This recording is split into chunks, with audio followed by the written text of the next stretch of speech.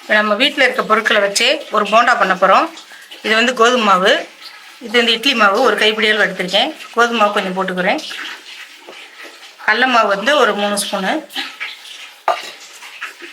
கொத்தமல்லி தழை ஒரு கைப்பிடி அளவு, உப்பு, பெருங்காயத்தூள், மிளகாத்தூள்.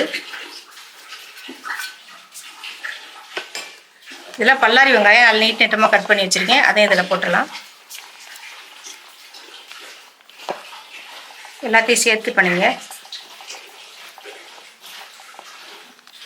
மாவை பாருங்கள், தண்ணியே ஊற்றாமல் இந்த மாதிரி பிணைஞ்சிருக்கோம். இதை வந்து அப்படியே வந்து நீங்கள் தட்ட வேண்டியதில்லை, சும்மா அப்படியே எடுத்து போடலாம். இப்போ எண்ணெய் நல்லா காஞ்சிருக்கு. இதில் வந்து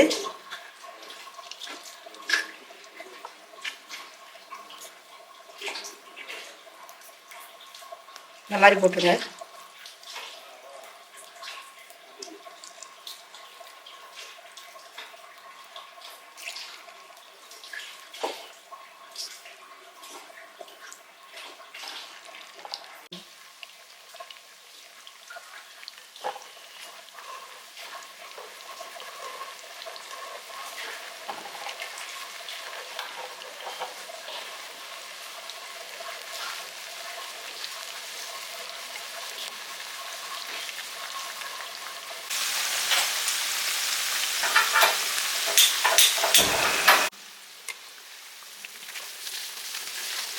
பாருங்கள், வெங்காய வடை சூப்பராக ரெடி ஆயிடுச்சு.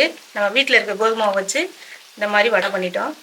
இது ஈவினிங் ஸ்நாக்ஸாக நீங்கள் பிள்ளைங்களுக்கு செஞ்சு கொடுக்கலாம். எடுத்து வச்சிடலாம்.